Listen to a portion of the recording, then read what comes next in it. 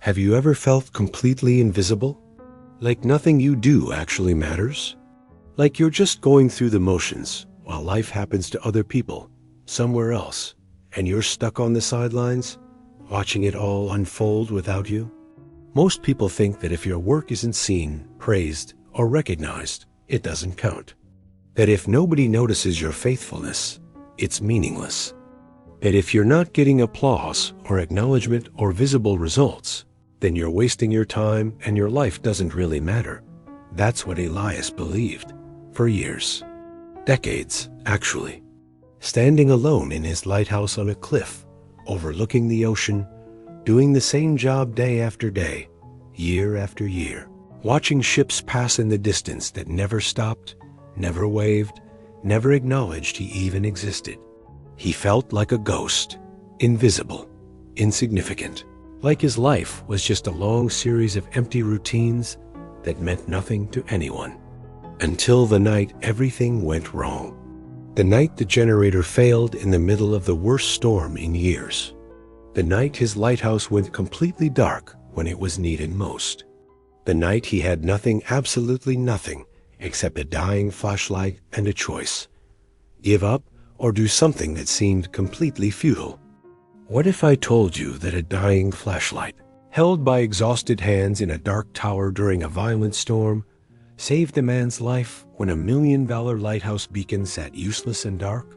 What if I told you that a 12-year-old girl named Elena still has her father today because a lonely lighthouse keeper refused to do nothing when he couldn't do everything?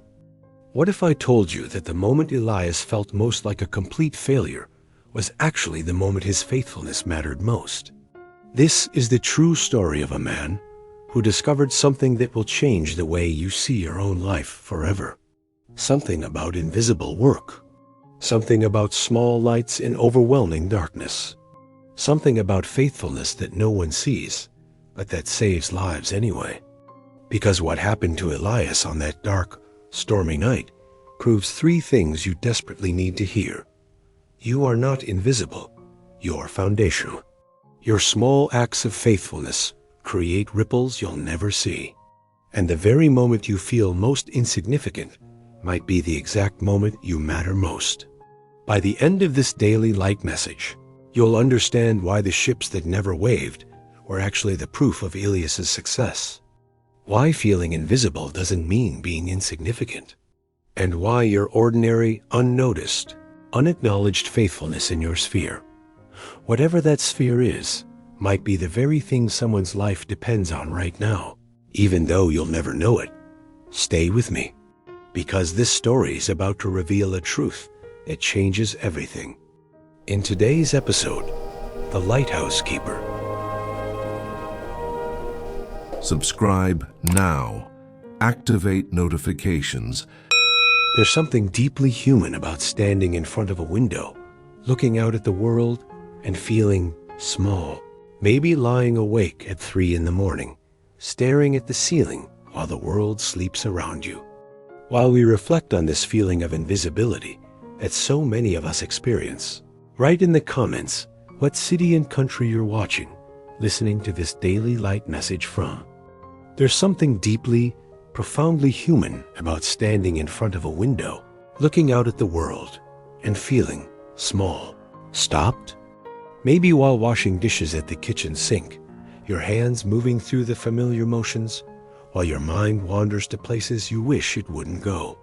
Maybe lying awake at 3 in the morning, staring at the ceiling while the world sleeps around you, and you're left alone with questions you can't answer and doubts you can't silence. It wasn't something that showed up occasionally, made its presence known, and then left. No, this feeling had moved in. It had unpacked its bags, hung up its coat, and made itself completely at home. It had settled into the corners of his mind like dust accumulating in an abandoned room. It had woven itself into the quiet moments of his day, into the spaces between heartbeats, into the rhythm of his breathing. He wasn't someone with grand ambitions or elaborate dreams of wealth and fame and recognition. He had simple needs, simple desires. He had his lighthouse, perched dramatically on a rocky cliff overlooking the vast, restless, seemingly infinite ocean. Every evening, like clockwork, as reliable as the tides themselves, he'd climb those narrow, spiraling stairs. Each step echoed in the hollow tower, a lonely sound in an empty place, the kind of sound that reminds you just how alone you really are. And he'd flip the switch.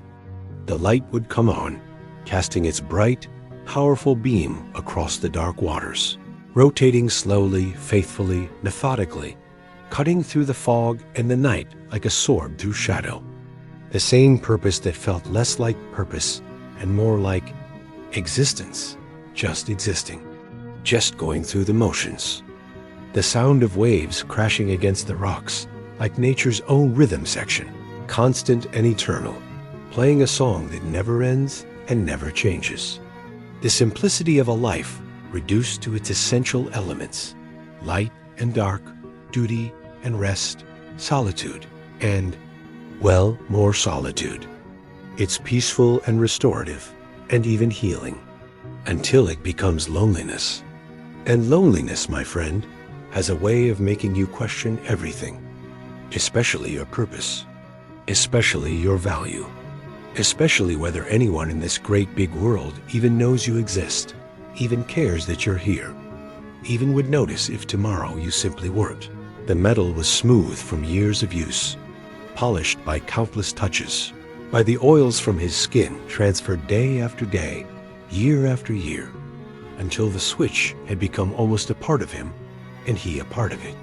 And he'd look out at the endless ocean stretching before him like an infinite mirror reflecting the sky, like a vast canvas painted in shades of gray and blue and green that shifted with the light and the weather and the time of day. Ships would pass by in the distance, their lights blinking like tiny stars on the horizon, little pinpricks of brightness in the vast darkness, moving lights in the static landscape of his life, like birds flying overhead who don't notice the person standing below, who have no awareness of the eyes watching them, who live in a different world entirely, even though they share the same sky. Like cars on a highway rushing past a roadside marker, seeing it perhaps in their peripheral vision, but never really registering it, never thinking about who placed it there or why or what purpose it serves. Present, but not engaged. Visible, but not seen. There, but not truly there at all. Like he was a ghost, going through the motions of a life that nobody noticed and nobody cared about. Like he was an actor on a stage, performing for an empty theater, saying his lines and hitting his marks with perfect precision for an audience that didn't exist. Back then, lighthouse keepers were heroes. They weren't invisible. They weren't forgotten. They were celebrated, revered, honored. They were the guardians of the sea, the ones who stood between life and death, between safe harbor and shipwreck, between families reunited and families destroyed by tragedy. Their lights were beacons of hope, cutting through storms and fog and the blackest nights, saying with their steady rotation, "This way. Safety is this way. Don't go there. Rocks ahead. Danger. Death. But over here, this way, there is a path. There is a way through." They had advanced navigation systems that could plot a course with pinpoint accuracy, that could warn of dangers long before they became visible, that could guide a vessel through the darkest night and the fiercest storm without any need for external lights or landmarks. They didn't really need lighthouses anymore. Oh, the lighthouse still operated. Protocol, tradition, some old maritime law that said it had to stay on, that it had to be maintained, that someone had to be there to flip the switch every evening and flip it back every morning. But Elias knew the truth that weighed on him like stones in his pockets, like water in his lungs, like a hand pressing down on his chest.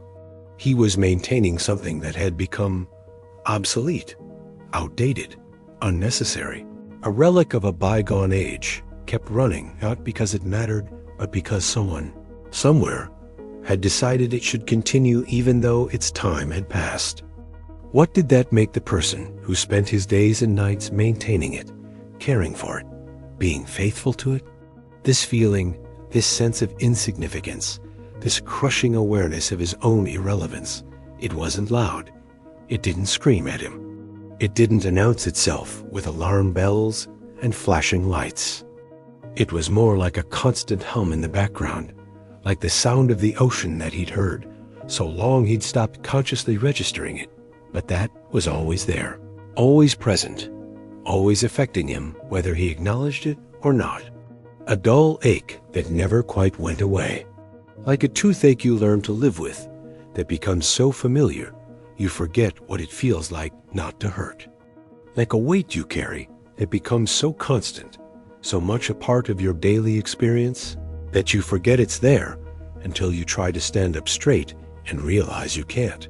That you've been bent under the burden for so long, you don't remember what it feels like to walk unburdened. Checking the generator, listening to its steady hum, examining the gauges, noting the fuel levels, cleaning the lens, wiping away the salt spray and dust that accumulated overnight, polishing the glass until it gleamed, trimming the wick, though that was becoming less necessary as the technology slowly modernized, even in this relic of the past. Recording the weather in his logbook, the same phrases appearing day after day.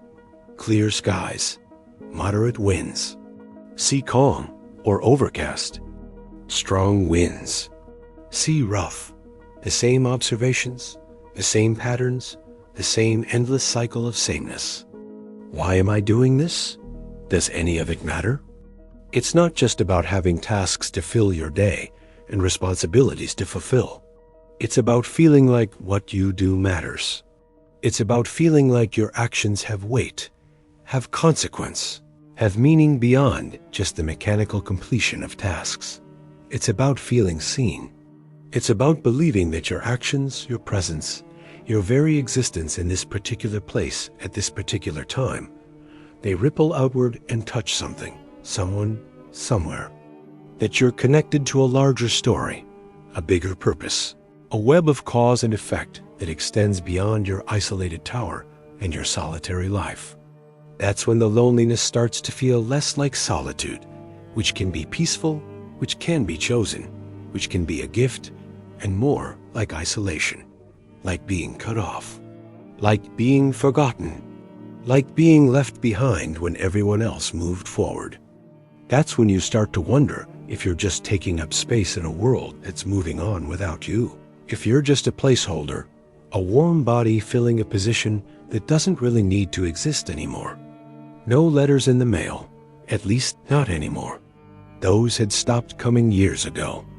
No phone calls breaking the silence, making him jump at the unexpected sound, reminding him that he was still part of the world of the living, of the connected, of the remembered. Just him, the lighthouse, and the endless, indifferent ocean.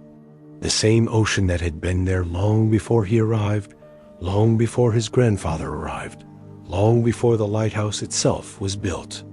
The same ocean that would be there long after he was gone, long after the lighthouse crumbled to ruins, long after his name was forgotten and his existence became nothing more than a line in a dusty logbook somewhere.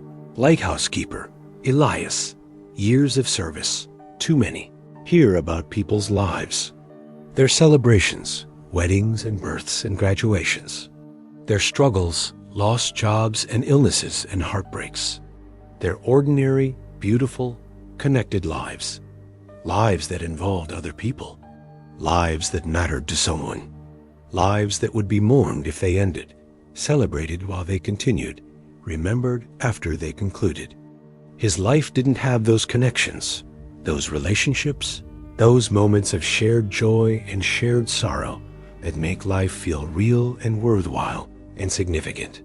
His life sounded like nothing, like white noise, like static between stations, like the absence of a story worth telling, like a book where nothing happens, where the protagonist just exists page after page without growth or change or meaning or purpose.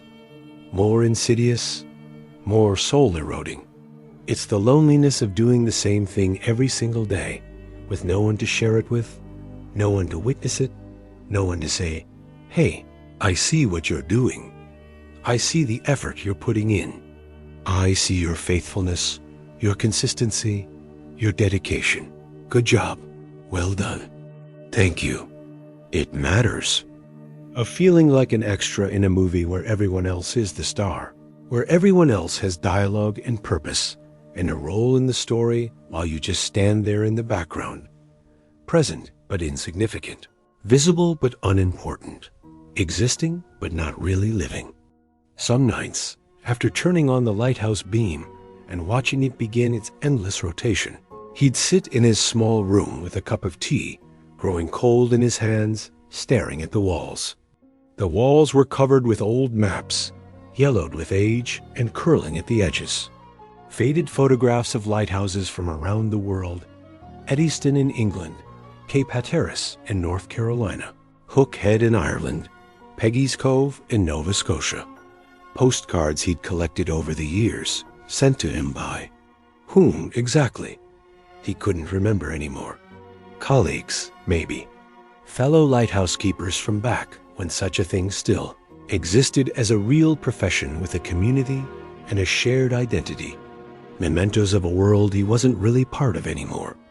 Reminders of places people visited, places where life was happening, where people gathered and laughed and made memories and took photographs and sent postcards saying, "Wish you were here." Who wished he was anywhere, or wished they were here with him. He'd look at those postcards, images of beaches crowded with tourists and historic lighthouses that had been turned into museums and gift shops, and think, people visit those places. They take pictures, they smile, they buy souvenirs, they make memories, they post on social media, they tell their friends about their trip. But who comes here? Who remembers this place? Who remembers me?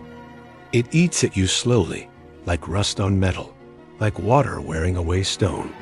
It's harder still when you start to believe that maybe you were never really remembered in the first place.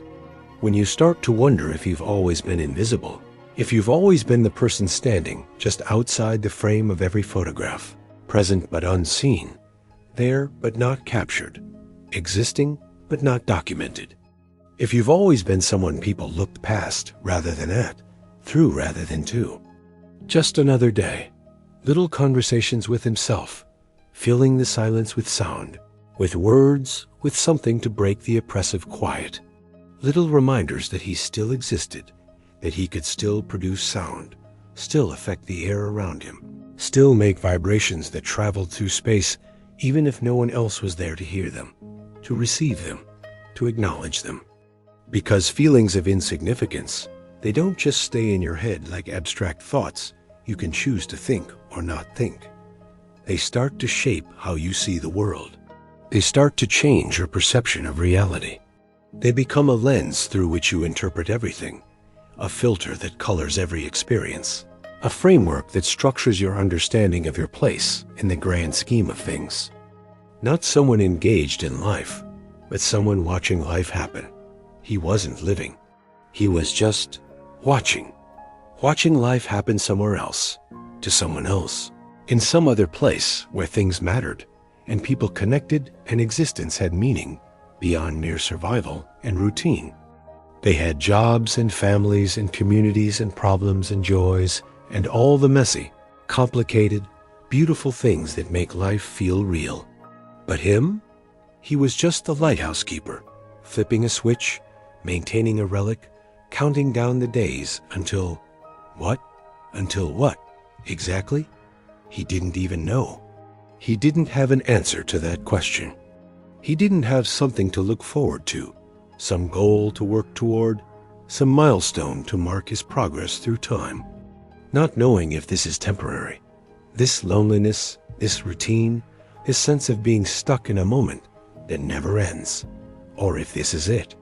If this routine, this solitude, this feeling of being a tiny, insignificant speck in an enormous, indifferent universe, if that's just how it's going to be. If this is your life now, if this is all there is, if you've already experienced whatever joy or purpose or significance you're going to experience, and everything from here on out is just this forever, It's not always as easy as just walking away and starting over somewhere new. Sometimes we stay in places, in routines, in situations that make us feel small and insignificant and invisible, not because we're stupid or weak or lack courage, but because we don't know where else to go. Because we're afraid that leaving won't actually change anything, that we'll still feel small and invisible and insignificant, just in a different location, with different scenery, but the same internal experience. Because sometimes the fear of the unknown, the terror of starting over, the anxiety of stepping into uncertainty, that's bigger than the discomfort of the known. Better the devil you know than the devil you don't, as they say. Better this loneliness that you've learned to live with than some new form of suffering that you can't predict or prepare for. What skills did he have that would transfer to the modern world? And even if he could find another job, another place, another life, would it be any different? Would he feel any less invisible, any more significant, any more connected to something larger than himself? These were the questions that kept him awake at night, that echoed in the silence of his lonely tower, that played on repeat in his mind like a broken record. And without answers, without hope of change, without any visible path forward that looked better than the path he was already on, he stayed. He stayed, and he climbed those stairs. He flipped that switch. He watched that light rotate, casting its beam across the dark waters like a lonely voice calling into the void, like a message in a bottle thrown into the ocean with no real hope that anyone would find it, or read it, or respond to it. Just taking up space and consuming resources and going through motions until eventually he didn't anymore. Right before we're given a glimpse of the bigger picture, the larger story, the hidden connections that were there all along, but were invisible to our limited perspective. Something that would challenge everything he believed about himself, about his purpose, about the ripples we make in this world, even when we can't see them, even when no one acknowledges them, even when we feel completely and utterly invisible. Searching for a light that was about to fail in ways Elias couldn't predict.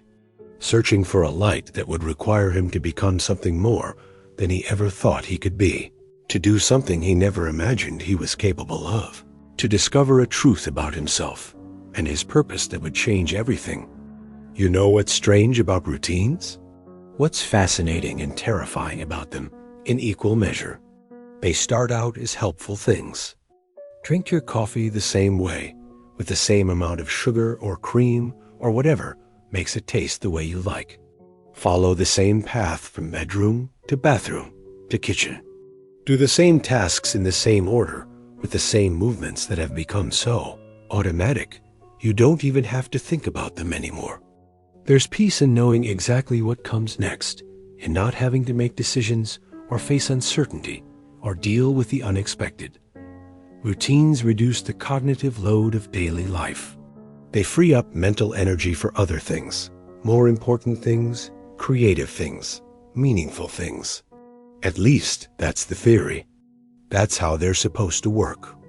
They stop being choices you make and start being patterns you can't escape. Grooves worn so deep in the record of your life that the needle can't jump to a different track no matter how much you might want it to. One day blends into the next, 1 week into another, 1 month into the next, until suddenly you wake up and realize you're not living anymore. You're just repeating, like a machine, like a program running the same code over and over, like a player piano playing the same song on an endless loop, the same notes in the same order, creating the same melody that once brought joy but now just fills the silence with sound that has no meaning. Maybe it was after the first year in the lighthouse, when the novelty had worn off and the reality had set in. Maybe it was after the second year, when he'd stopped expecting things to change and started accepting this as his permanent reality. Maybe it had been so long, so many years of the same days repeating endlessly, that he'd forgotten what it felt like to live any other way. His days had become a loop, like a record playing the same song over and over and over, the needle stuck in the same groove, unable to move forward, unable to progress, just spinning and going nowhere.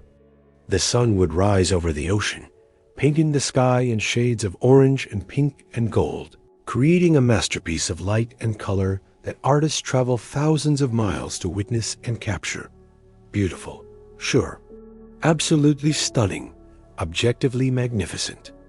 The kind of sunrise that should take your breath away, that should make you feel grateful to be alive, that should remind you of the beauty and wonder of creation. Visible but not observed, existing but not experienced. The sunrise had become nothing more than a signal, a marker in his day that meant it was time to wake up, time to begin the routine again, time to start the cycle one more time. The mattress had a familiar dip in the middle where his body had worn it down, where his weight had compressed the springs and padding night after night until it had molded to his shape. The blanket was faded from countless washes, the original deep blue, now a pale, washed-out shadow of its former self. The pillow knew the exact shape of his head, the precise curve of his neck, the specific pressure of his skull. Everything was worn in, familiar, predictable, comfortable in the way that old things are comfortable, but also lifeless in the way that things become when they've lost all capacity to surprise or delight. There, always the same feel, the same texture, the same reality. He'd stand, pushing himself up with arms that felt older than they should, feeling his bones creak and pop like an old house settling. His back would complain, his knees would protest. His body would remind him that he wasn't as young as he used to be, that the years were accumulating, that time was passing, even if nothing else in his life seemed to change. Always the same. Wait for the water to boil, standing there in the early morning silence, listening to the distant sound of waves and the closer sound of water beginning to heat, to bubble, to transform from cold to hot. Pour the water over tea leaves in a chipped ceramic cup he'd had since. When? He couldn't remember. Let it steep. 3 minutes, always 3 minutes. Not 2, not 4, exactly 3. He'd timed it so many times, watched the clock so many mornings, that he didn't need a timer anymore. His body just knew. Some internal clock had been calibrated to this exact interval, this precise duration. 3 minutes. Then remove the tea leaves. Then stand there, holding the hot cup, letting the warmth seep into his hands. Sometimes choppy, when the wind was up. Sometimes calm, when the air was still, but always there. Always moving, yet somehow always the same. Same ocean, same horizon, same line where water meets sky. Same world beyond his window that he was part of but also separate from. Watching, but not participating in. Just plain black tea, strong and bitter, the taste of it so familiar it barely registered anymore. It would warm him from the inside, a small comfort in an otherwise cold morning, a brief moment of physical pleasure in a day that offered few. And then he'd rinse the cup, watching the brown liquid swirl down the drain, washing away the evidence that he'd consumed something, that he'd engaged in this small daily ritual. Place the cup on the drying rack, always in the same spot, always the same position. The third slot from the left, next to the single plate and the single bowl he used for his meals. Because that's what you do when you live alone. You create your own little systems, your own little rules, your own little patterns and structures.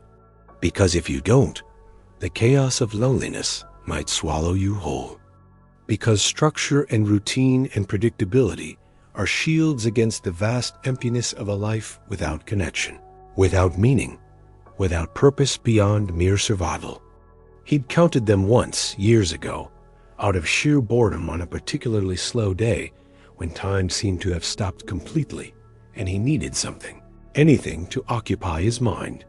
73 steps between the ground floor and the light room. 73 opportunities to turn back. 73 moments of ascension. 73 reminders of the distance between where he lived and where the light shone. The climb was automatic, requiring no thought, no attention. His body had memorized the rhythm, the height of each step, the exact amount of effort required.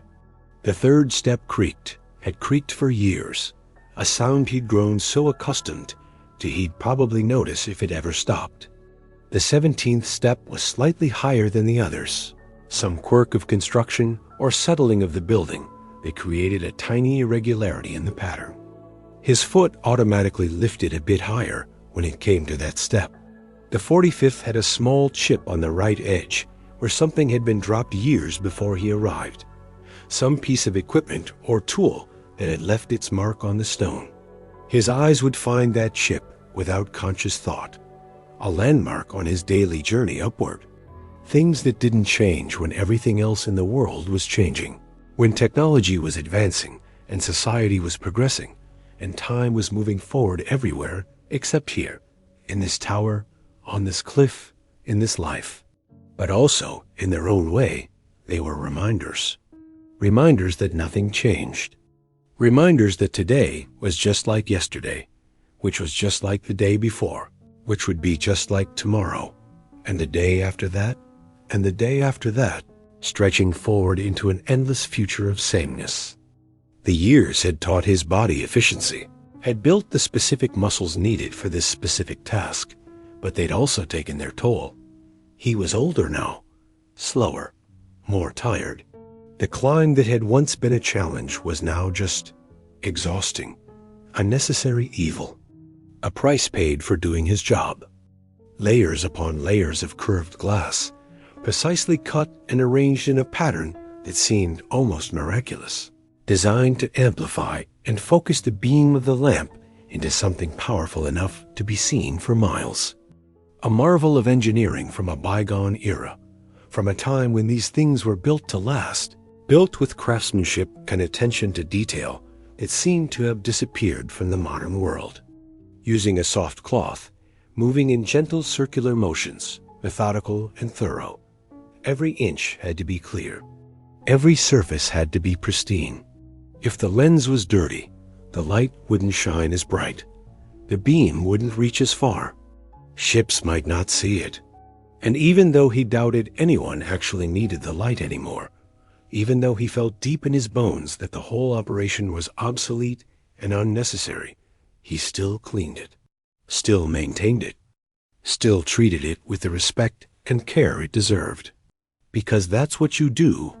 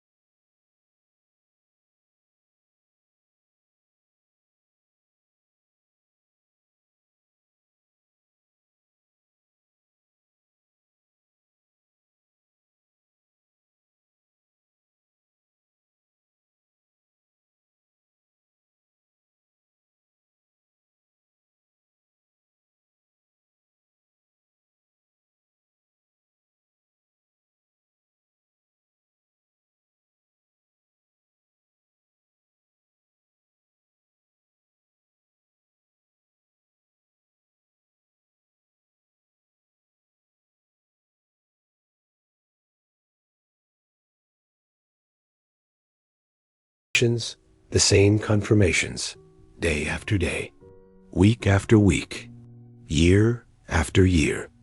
And then he'd close the door, sealing away the noise and the heat and the smell, and move on to whatever came next in the endless cycle of tasks. A sandwich, maybe, constructed from whatever supplies he had on hand. Some soup from a can, heated on the stove until it was warm enough to eat.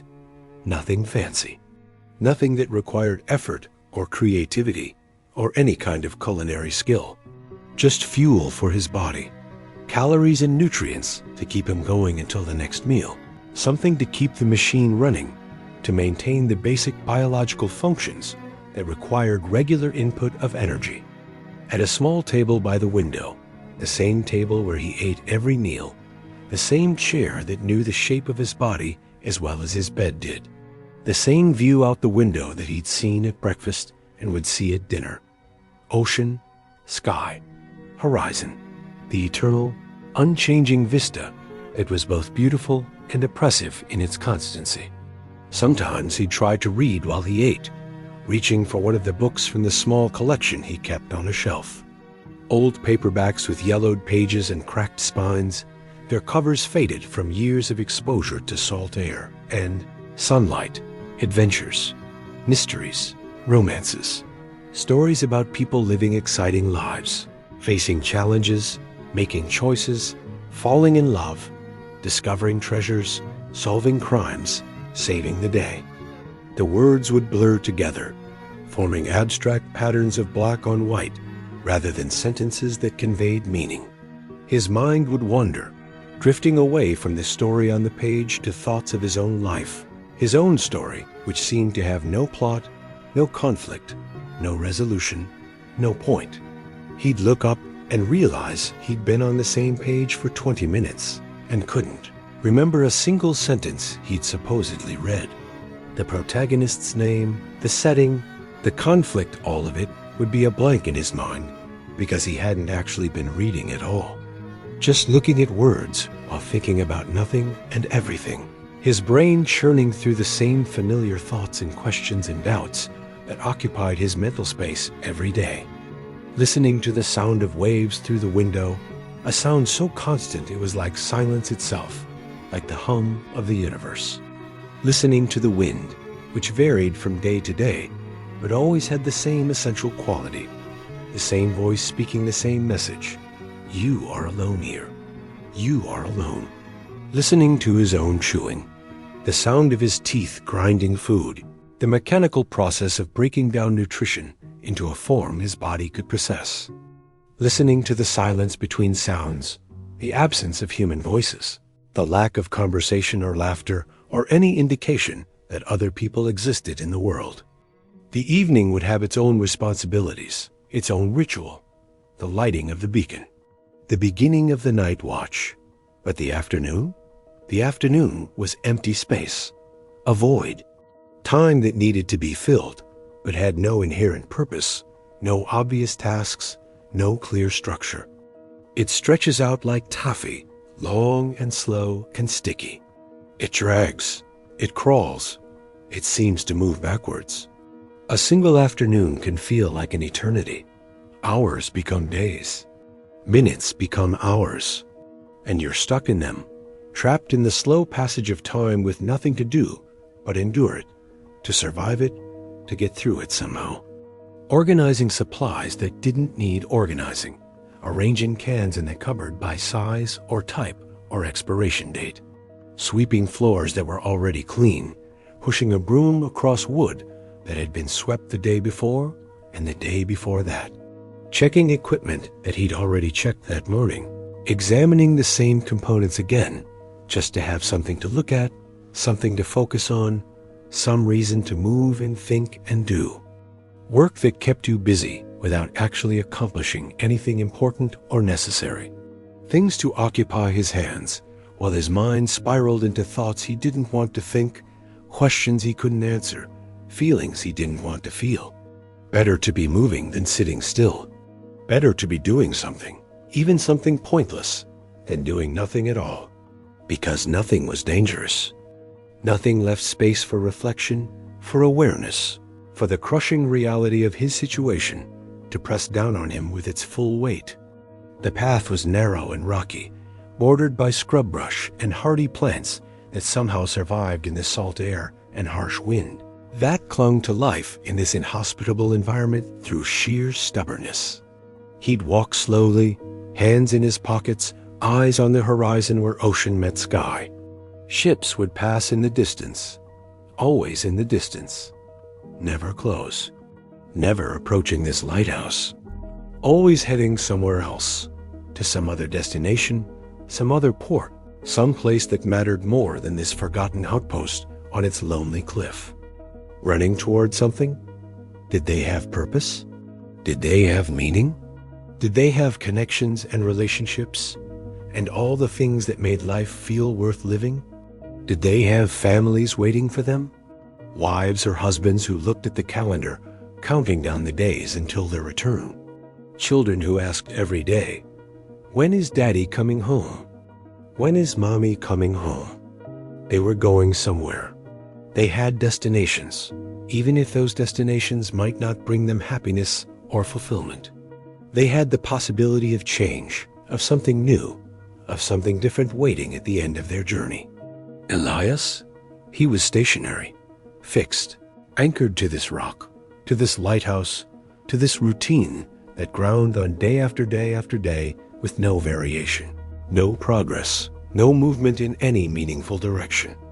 Watching the world happen around him, to other people, in other places, while he stood still, while he remained frozen in this single moment that never ended, this day that repeated itself endlessly, this life that wasn't really life at all, but just existence, just being, just taking up space and consuming oxygen and going through motions that led nowhere and meant nothing.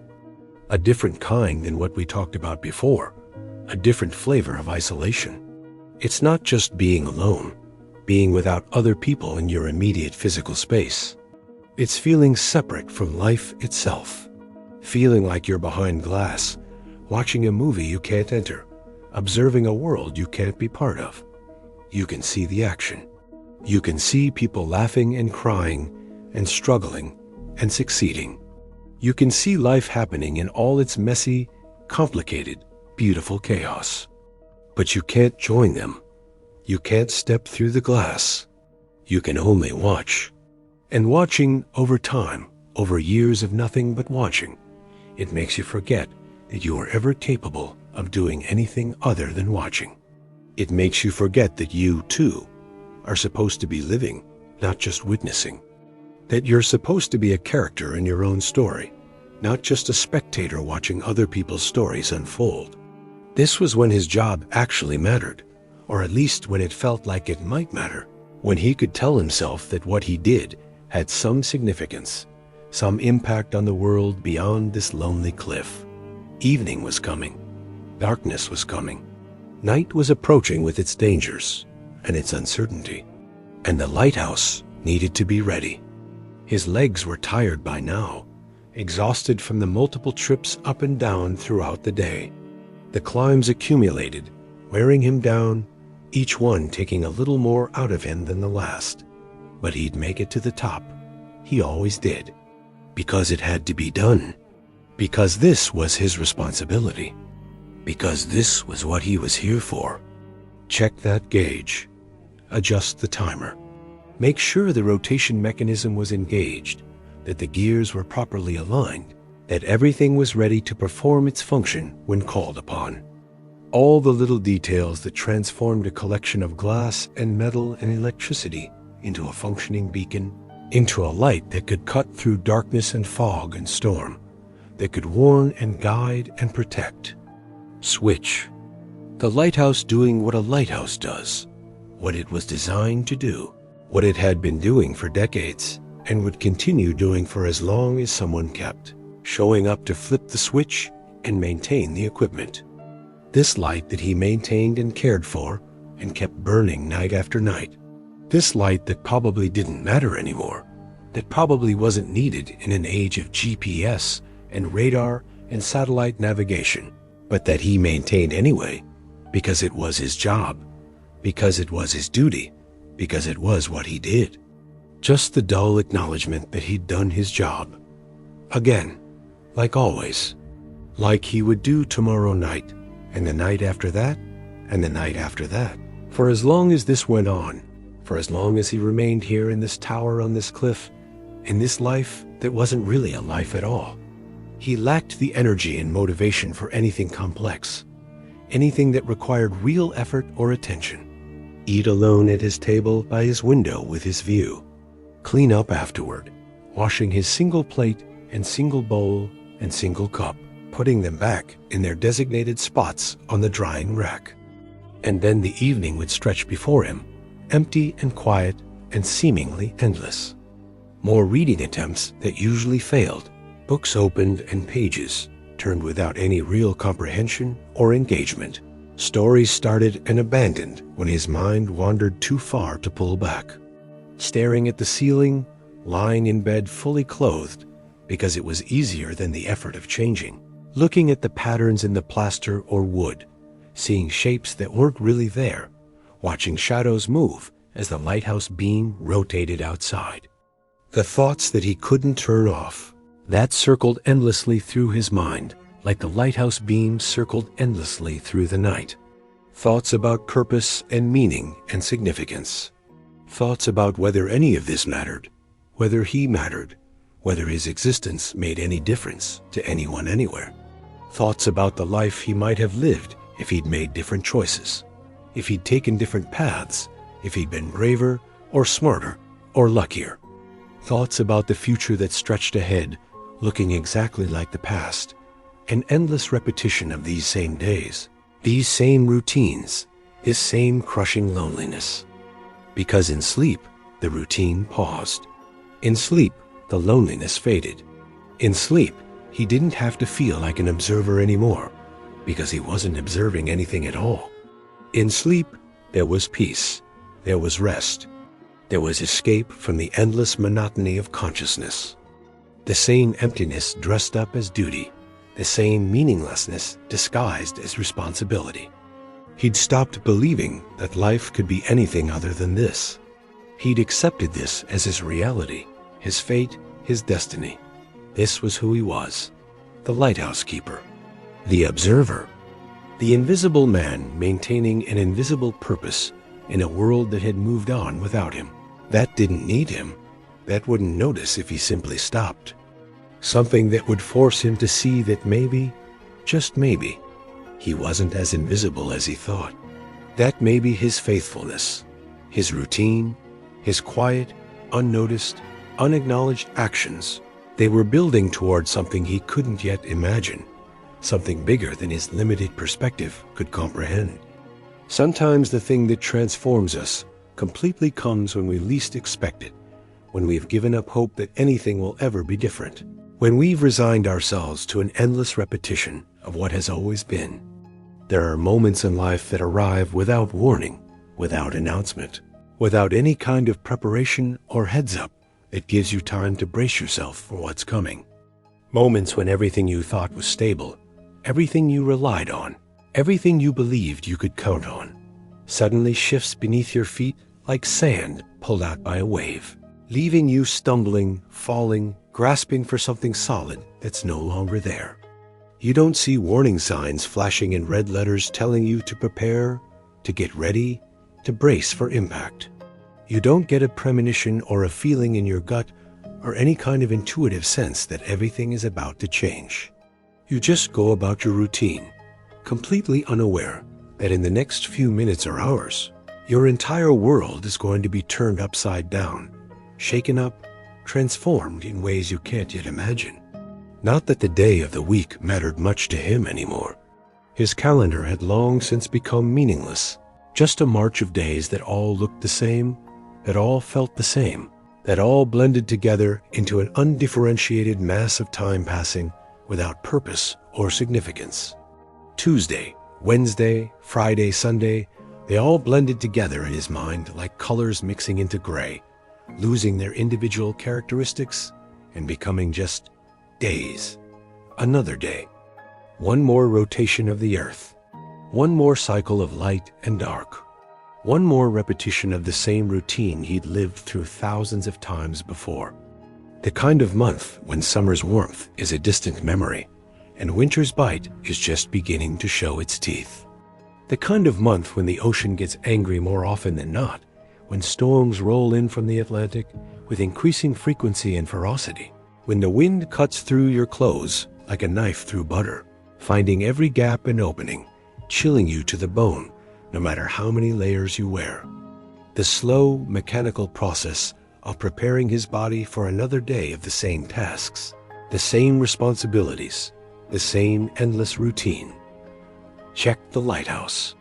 Clean the lens, removing the salt spray and dust that had accumulated overnight with the same gentle circular motions he performed thousands of times.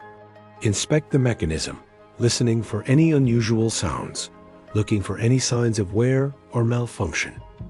All the usual steps, all the familiar motions, all performed with the same mechanical efficiency of someone who's done them so many times they require no thought, no engagement, no presence of mind. He was there, physically present in the lighthouse, but some essential part of him was absent, checked out, disconnected from the experience of living through these moments. The sky had that heavy, gray quality that promised a storm, that carried the unmistakable signature of bad weather approaching. The clouds were low and thick, pressing down on the world like a wool blanket, heavy and oppressive, blocking out the sun and creating a premature twilight, even though it was mid-morning. The wind was picking up too, growing stronger hour by hour. He could hear it whistling around the lighthouse, finding every crack and crevice, every gap in the stone and mortar, creating an eerie symphony of sounds, rattling the windows in their frames, making the whole structure creak and groan like an old ship at sea, like a living thing complaining about the strain being placed upon it. Not in this location, on this exposed cliff, on this stretch of coastline, known for its harsh weather and treacherous conditions. The lighthouse had weathered countless storms over the decades, maybe hundreds of them, maybe thousands. It was built for this, specifically designed to withstand whatever nature threw at it. Solid stone construction, deep foundations anchored into the bedrock. Engineering from an era when things were built to last, when craftsmen took pride in their work and structures were designed to outlive their creators by generations. You prepare for it, taking the necessary precautions, but you don't fear it. Fear would make this life unbearable, would turn every storm into a crisis, would fill your days with anxiety about what might come. So you accept it. You adapt to it. You do what needs to be done and trust that the lighthouse will stand, as it has stood through every previous storm, as it was designed to stand. Brought in the loose items from outside a bucket, some tools, anything that could become a projectile in high winds. Made sure the windows were properly latched, checking each one individually, testing the locks, confirming they were secure. Double-checked the generator fuel levels, ensuring there was enough diesel to keep the power running through the night and into the next day if needed. All protocol, all preparation, all things he'd done dozens of times before in anticipation of storms that came and went with varying degrees of intensity, but that never posed any real threat to the lighthouse or to him. This was aggressive from the start, announcing its intentions clearly. Sheets of water driven sideways by the wind, not falling so much as being thrown horizontally through the air, hammering against the lighthouse like thousands of tiny fists demanding entry, like an army laying siege to a fortress. The sound was deafening, a constant roar that drowned out everything else, that made it impossible to think clearly, that filled the world with noise. Waves crashed against the rocks below with enough force to send spray flying upward, shooting 60, 70, 80 feet into the air, high enough that droplets hit his window several stories above the waterline. The whole world had turned gray and white and angry. Sky and sea blended together in a fury of water and wind, the horizon disappearing, the normal boundaries between elements dissolving into a chaotic mass of storm. The kind of thunder that primitive humans must have heard and interpreted as the anger of gods, as cosmic battles being fought in the heavens, as something supernatural and terrifying, because how else could such power be explained? Lightning followed close behind, bright forks of electricity splitting the dark sky, illuminating the world for brief, startling moments in stark white light before plunging it back into shadow. Each flash revealed the ocean in freeze frame, capturing individual waves mid-crash, showing the intricate details of water in violent motion, creating images that burned briefly into your retinas before darkness returned. Not the worst Elias had ever seen. There had been a few truly legendary storms over his years here, hurricanes that had tested the lighthouse's construction to its absolute limits, but bigger than normal, more intense than the typical November weather. The kind that made even someone as experienced as Elias pause and take notice. That cut through his usual state of disconnection and commanded his attention. The kind that reminded you how small you really are, how little control you actually have over anything that matters, how nature can flex its muscles whenever it wants, and there's not a thing you can do about it except hold on and hope your shelter holds. Hurricanes that had torn roofs off houses and uprooted trees and sent debris flying through the air like missiles. The lighthouse had weathered them all, had emerged from each one battered perhaps, but intact, still standing, still functional, still serving its purpose. Elias had faith in that, at least. Faith in the solid stone walls. Faith in the deep foundations. Faith in the engineering and craftsmanship of builders long dead who had done their work so well that their creation outlived them by generations. Death waits in these waters. Keep your distance. The darkness was that complete, that absolute, broken only by the occasional flash of lightning that revealed the chaos in brief, terrifying glimpses before plunging everything back into shadow. In calm weather, you could question whether the lighthouse was really needed. But in weather like this, in a storm like this, there was no question. If any ships were out there, they needed the light. They needed the warning. They needed to know where the danger was so they could avoid it. His legs protested more than usual, the cold having seeped into his joints, making them stiff and achy, making each step feel like more of an effort than it should. But he pushed through, because that's what you do. You push through discomfort, through pain, through difficulty, because the job needs to be done. The routine was what kept you grounded, what kept you sane, what kept you moving forward when everything else was chaos. Water streamed out in rivers, creating moving curtains of liquid that made it impossible to see anything clearly, that turned the outside world into an abstract blur of gray and white. The wind screamed around the tower like a chorus of angry ghosts, like lost souls wailing in torment, like every horror story you'd ever heard about storms and shipwrecks and death at sea. As safe as anywhere could be in a storm like this. Everything was ready to do its job. Reliable. The beam blazed into existence, cutting through the darkness outside like a sword through shadow, powerful enough to be visible for miles even in this storm. The rotation mechanism engaged with a soft click and a gentle whir, and the light began its eternal sweep. Around, around, never stopping, never wavering. Faithful to its design, its purpose, its calling. Everything was working. The lighthouse was doing its job. Whatever ships might be out there in this chaos, and he hoped to God there weren't any, because only a fool would be at sea in weather like this. They'd have their warning. They'd have their guide. They'd know where the danger was, where the rocks waited to tear open hulls and send vessels to the bottom, doing exactly what it was designed to do, exactly what it had been doing for decades, exactly what it would continue doing for as long as someone maintained it and kept it running. Ride out the storm in the relative comfort and safety of his room.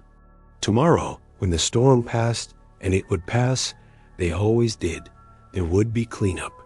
debris to clear, damage to assess and repair. There always was after a storm like this. But for now, his job was done. The light was on. The beacon was shining. His responsibility was fulfilled. A sound that made his heart stop for a split second before kicking into overdrive, flooding his system with adrenaline, triggering every alarm bell evolution had installed in human beings to warn of danger. The rain still pounded against stone and glass with relentless fury. But beneath those sounds, underneath the violence of the weather, there was an absence, a missing piece, a hole where something should be, but wasn't, didn't breathe, didn't think. He just stood there in a state of suspended disbelief, his mind refusing to accept what his ears were telling him, hoping he'd imagined it, hoping his ears had played a trick on him, hoping that if he waited just one more second, just one more moment, the sound would return. The hum would resume. Everything would be fine. This would turn out to be nothing, a momentary blip, a hiccup in the system that had already corrected itself. And Elias knew with a certainty that settled in his gut like a stone dropping into water, knew with the kind of knowledge that bypasses the rational mind and comes from some deeper, more primitive part of the brain. It was checked every single day without exception. It was built to be reliable, designed for exactly this kind of situation, for storms and emergencies, and critical moments when failure was not an option. It had failed, taking the steps two at a time now, reckless and desperate, nearly stumbling more than once, but catching himself, driven by the urgent need to confirm what he already knew, to see with his own eyes what his ears had already told him. And when he entered, when he looked, his worst fear was confirmed with cruel, undeniable finality. The rotation mechanism had stopped mid-turn, frozen in place like a clock whose batteries had died. Everything was off, dead, silent. This was exactly the kind of night when the lighthouse mattered most, when its function was most critical, when ships needed that warning more than any other time. This was when lives depended on the light, when the difference between the beacon shining or not could literally be the difference between people living or dying. He threw open the door and was hit immediately by the smell of hot metal and something else, something burnt, something chemical, something wrong. Just a dead machine, as lifeless as a corpse, as useless as a broken tool. A component had failed catastrophically, overheated by the look of it, burnt out from excessive heat or age or some combination of factors. A critical part of the electrical system, one of the key components that regulated power flow from the generator to the light, was blackened and warped, melted partially, destroyed beyond any possibility of repair or bypass. His hands started shaking, trembling with adrenaline and fear, and a crushing realization of what this meant. The kind of problem that required replacement parts he didn't have, expertise that was beyond his basic maintenance knowledge, time that he didn't have in the middle of an active storm. Let the lighthouse sit dark while a storm raged and ships might be out there needing the light.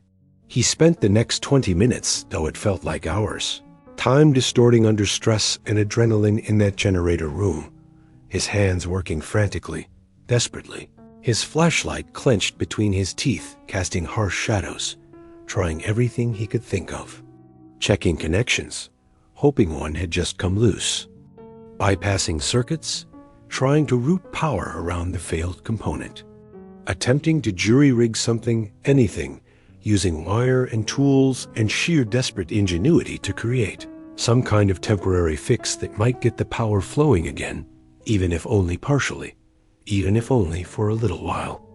The component that had failed was critical, irreplaceable with anything he had on hand. Without it, there was no path for power to flow from generator to light.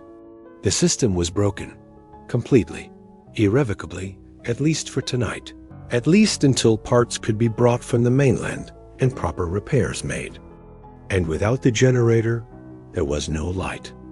On one of the most dangerous stretches of coastline in the entire region, where rocks waited just below the surface to tear open the hulls of ships, where currents could drive vessels onto shoals before captains even realized.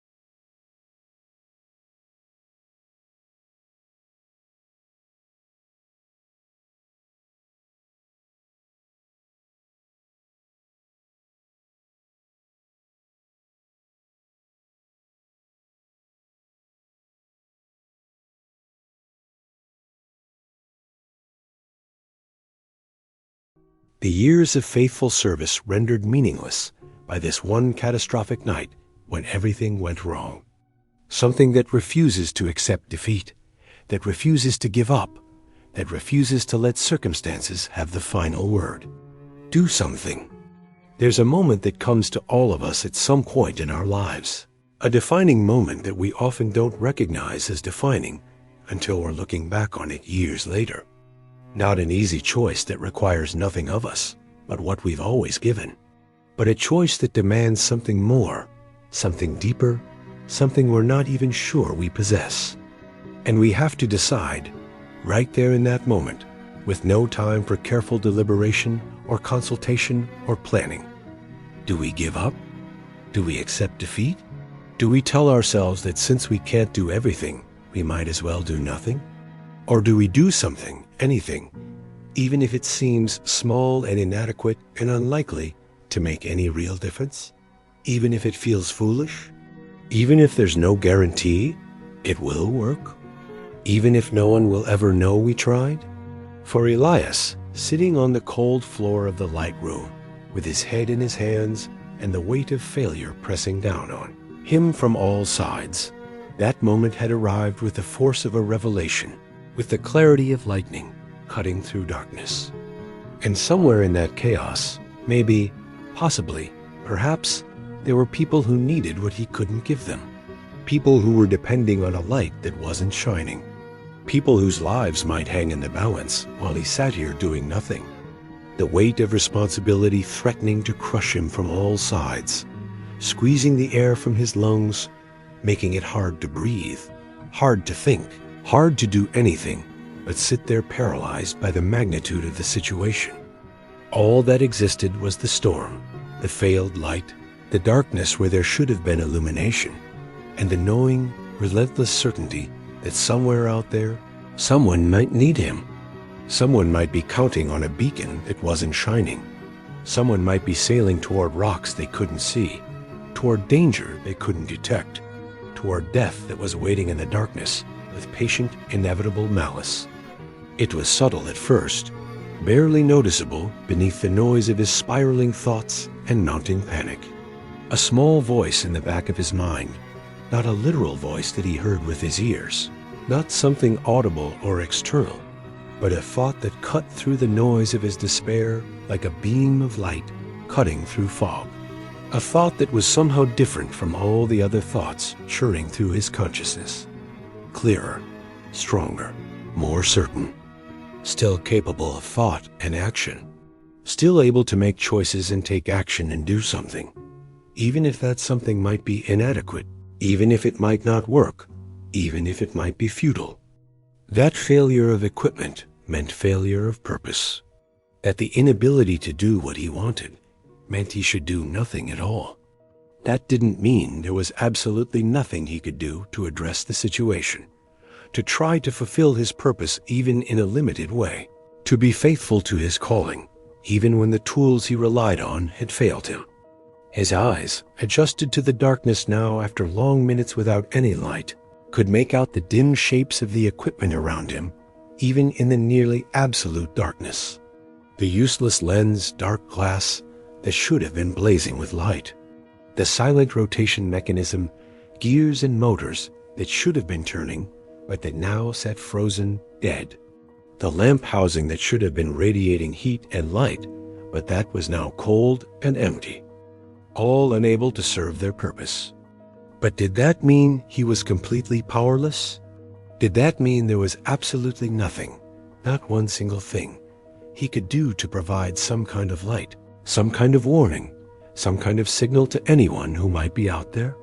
He thought about the ships that might be navigating through this storm, and despite the hopelessness of the situation, despite his own despair, he forced himself to think about them not as abstract possibilities, but as real people. Real human beings. Sailors with families waiting for them. Captains with years of experience, but who were still vulnerable to the unpredictable violence of nature. Maybe even families traveling together, parents and children, people who'd woken up that morning not knowing they'd be sailing through a storm, not knowing their lives might be in danger, not knowing that the lighthouse they expected to warn them of danger was sitting dark and useless. Not statistics or hypotheticals or vague possibilities, but human beings with names and stories and people who loved them. People who deserved every effort, every attempt, every possible action that could be taken to try to keep them safe. The equipment had failed, yes, but he, Elias, the keeper, the guardian, the human being entrusted with this responsibility, he was not dark. He was not out of commission. He was not broken beyond the capacity to function. Because sitting and doing nothing was a choice, and he was choosing differently. He was choosing to stand, to move, to act. The beam was weak compared to the massive lighthouse beacon. Pathetically weak, really, when you thought about it in those terms. Comparing a handheld flashlight to a lighthouse lamp was like comparing a candle to a searchlight. Like comparing a whisper to a shout. Like comparing a puddle to an ocean. It could cut through fog and rain and storm with raw power, projecting a cone of light so intense it could illuminate ships that were just specks on the horizon. The beam would be absorbed by water in the air, scattered by wind, diminished by distance until it was nothing, invisible, meaningless. It was refusing to accept defeat, refusing to sit in darkness and despair, refusing to let the failure of equipment become the failure of purpose. He could barely see a few feet beyond the lighthouse. The storm had created a wall of darkness and chaos that seemed impenetrable, that swallowed everything, that turned the familiar coastline into an alien landscape of shadow and violence. Maybe 100 feet before it was swallowed completely by the rain and fog. Nothing compared to the lighthouse's reach of several miles. A pathetic attempt, really, when you thought about it objectively. Like trying to light up a stadium with a birthday candle. Like trying to illuminate a forest with a match. Something where there had been nothing. Something from years ago, decades ago, back when he was young and first learning about maritime operations and lighthouse keeping and all the traditions and procedures that governed life at sea. Patterns that conveyed meaning, that transformed light into language, that allowed ships to talk to each other and to shore across distances that made shouting impossible. The old ways had been superseded, made obsolete, relegated to history books and museums and the memories of old sailors. Maybe someone would see the flashing light and understand what it was trying to say, would recognize the message being sent through the storm. But he'd rarely used it, maybe never used it in any real situation. The patterns were dusty in his memory, buried under years of routine and repetition, and the slow erosion that time works on all knowledge that isn't actively maintained. The patterns that were so fundamental, so iconic, that even people who'd never formally learned Morse code often recognized them from movies, or books, or cultural osmosis. 3 short flashes, and he started flashing his light in that ancient pattern, that sequence that sailors had used for over a century to signal distress or danger or urgent communication needs. And again, beam outward into the storm. It felt like the definition of futility, like shouting into a hurricane and hoping someone would hear you, like throwing a stone at a mountain and expecting it to move. His small flashlight against the massive storm, his simple signal against the overwhelming chaos, his pathetic attempt against the infinite darkness. What were the chances it would make any difference at all? What were the odds that anyone was even out there to see it? And if they were out there, what were the chances they'd notice this tiny, flickering light? And if they noticed it, what were the chances they'd understand what it meant? Tiny, minuscule, almost non-existent. At least if he tried, if he stood here all night flashing this flashlight until his arm fell off and the batteries died, at least he could say he'd done something. At least he could tell himself that when it mattered, when the crisis came, when everything went wrong, he hadn't given up. He'd acted. He'd tried. He'd refused to let the failure of equipment become the failure of effort. But it was real, growing stronger with each flash of the light, each repetition of the pattern, each moment that he chose to continue rather than quit. He'd felt like his actions didn't matter because no one noticed them, like his faithfulness was meaningless because it went unacknowledged, like his existence was insignificant because it had no visible impact on anything or anyone. He was doing something, making a decision, exercising agency in a situation that had seemed to strip him of all power and control. It doesn't have to be perfect to count. It doesn't have to succeed to have value. Sometimes the most important thing we can do is simply refuse to do nothing. Sometimes faithfulness isn't about having all the resources we need or all the answers we want. Sometimes it's about using what little we have and trusting that it might, somehow, in ways we can't predict or control, be enough. He had no way of knowing whether there were even any ships out there in the storm to see it. The rational part of his mind, the part that dealt in probabilities and logic, told him this was probably futile, that he was likely wasting his effort, that the chances of this making any real difference were so small as to be negligible. That's a refusal to let circumstances dictate your actions, to let failure of systems become failure of spirit, to let the darkness outside become darkness inside. His thumb was cramping from pressing the button over and over and over. Thousands of times now, maybe tens of thousands, the repetitive motion creating strain that radiated up his hand into his wrist and forearm. The pattern repeated so many times it became automatic, burned into his muscle memory, his body executing the sequence without conscious thought from his brain, freeing his mind to wander while his hands continued their mechanical task. The whole world was chaos and violence and darkness, punctuated by brief, Stark moments of illumination that revealed the scope of the storm before plunging everything back into shadow. Mind that he should just give up, just accept that he'd failed, just sit down and wait for morning. Nothing else existed. Nothing else mattered. There was only the task, the signal, the stubborn refusal to quit. That this was the very definition of futility, of wasted effort, of meaningless action. You don't know your light won't be seen. You don't know your effort is wasted. All you know is that you can do this. So do it. Do it until you can't anymore. Do it because it's the right thing to do, regardless of the outcome. Do it because faithfulness matters, even when no one sees it. Do it because you're a lighthouse keeper, and a lighthouse keeper's job is to keep a light burning even when everything else fails. Kept sending the signal. Kept choosing action over resignation, effort over defeat, hope over despair. He thought about the loneliness and the emptiness and the crushing sense that his life didn't matter, that his work was meaningless, that he was just going through motions that led nowhere and accomplished nothing. Right now, he was going to show up and be faithful and refuse to give up, not because he'd see the results or get recognition or receive thanks, but because it was what needed to be done. When you stop measuring your worth by visible results and start measuring it by faithful effort, by showing up, by doing what you can with what you have, even when it seems inadequate, with nothing but a flashlight and a pattern and a determination that surprised even himself. His eyes burned from straining to see through the darkness and rain, searching for any sign that someone might be out there, any indication that his signal might be reaching someone.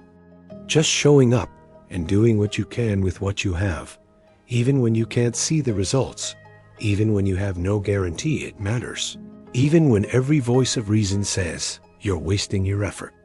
The rain was coming down so hard, it sounded like gravel being thrown against the windows by some invisible giant. The whole world was chaos and fury and darkness, nature showing its power and reminding humanity of its smallness, its vulnerability, its utter dependence on forces beyond its control. Refusing to go silent, refusing to quit, refusing to accept that darkness must have the final word.